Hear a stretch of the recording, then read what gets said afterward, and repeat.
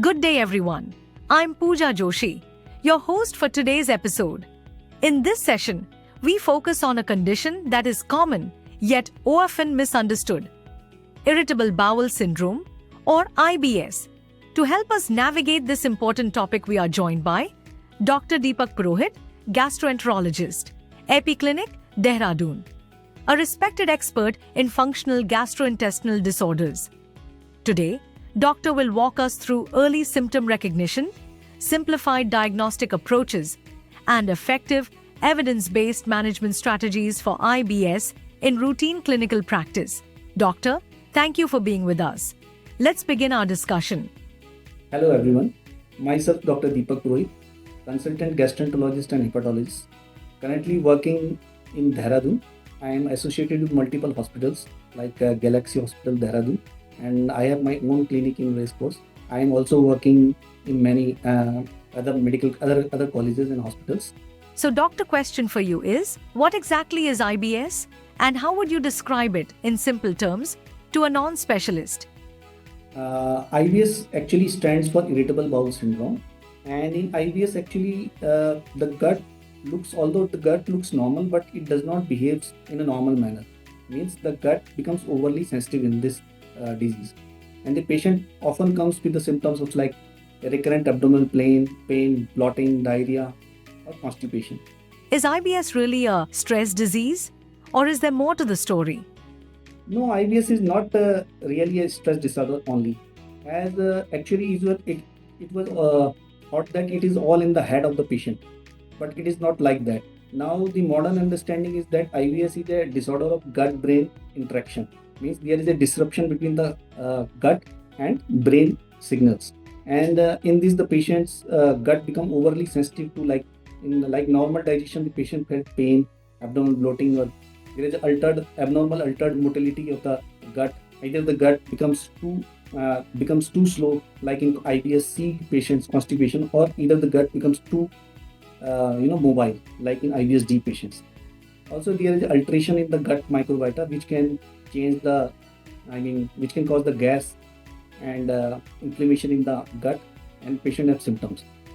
How does modern lifestyle, food habits, stress, and sleep contribute to IBS? Modern lifestyle and food habits contribute to IBS, like because in modern nowadays, what is our diet?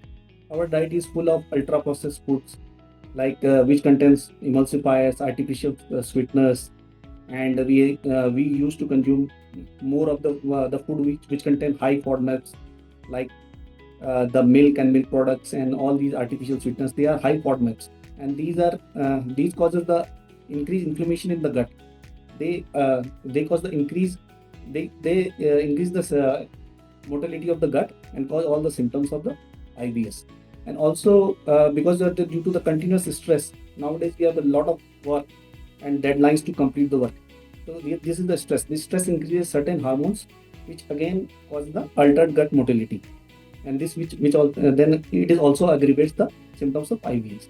How important is the patient's history compared to investigations in IBS diagnosis? Actually, patient history is very important because the investigations usually comes out to be normal in IBS, and it is only the history that helps us to make the diagnosis of IBS. And investigation we usually order when we have we see the patients with some alarming symptoms. When the patients have some alarm symptoms, then we order the investigations. Otherwise, there is no use of investigation. Are there any warning signs where a physician should immediately refer to a gastroenterologist? Yeah, as I said that when the patients present with some of the alarming symptoms, like if the patient presents with blood in stools, if the patients have unintentional weight loss, if the patients have persistent symptoms or progressive symptoms like nocturnal symptoms, if the patient presents with anemia, all these patients, and even if the patients if the patients have aged more than 50 and symptoms like IBS, we should refer all these patients to super specialists like gastroenterologists for further investigation. Once IBS is diagnosed, what is your first line approach to management? Once we have diagnosed the IBS, my first line approach is to modify their lifestyle and diet, because dietary modification is very important, because as I already told that high FODMAP diet has a role in IBS. I ask the patient to take regular diet, avoid high caffeine, alcohol, high fatty diet, ultra processed foods, and take low FODMAP diet and high fiber diet. All these are very useful and certainly have a role in the IBS management. What's your opinion on the role of rifaximin in IBSD? Where does it fit best? Yeah, rifaximin has a very specific role, especially in the patients of IBSD.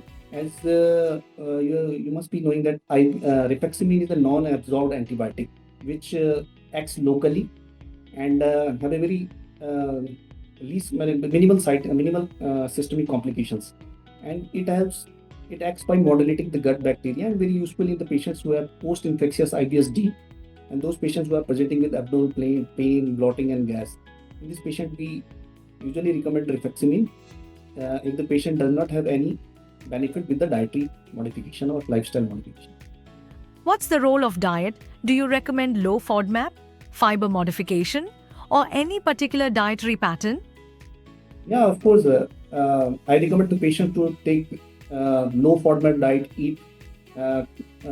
improve your dietary pattern like eating regularly, small frequent meals, do not take a long gaps, and avoid caffeine, alcohol, high fatty, ultra processed foods, and all these they can avoid and take more of soluble fibers. Like in IBS C patients, I ask them to take more of the soluble fibers like you can say like psyllium husk and oats, chia seeds, and even fruits like kiwis. They are very helpful in these patients. And for IBSD patients, I ask them to avoid high FODMAP diet especially. And if the symptoms does not improve, then we can also give some of the medications also. If you could give one takeaway to your fellow physicians about IBS, what would it be?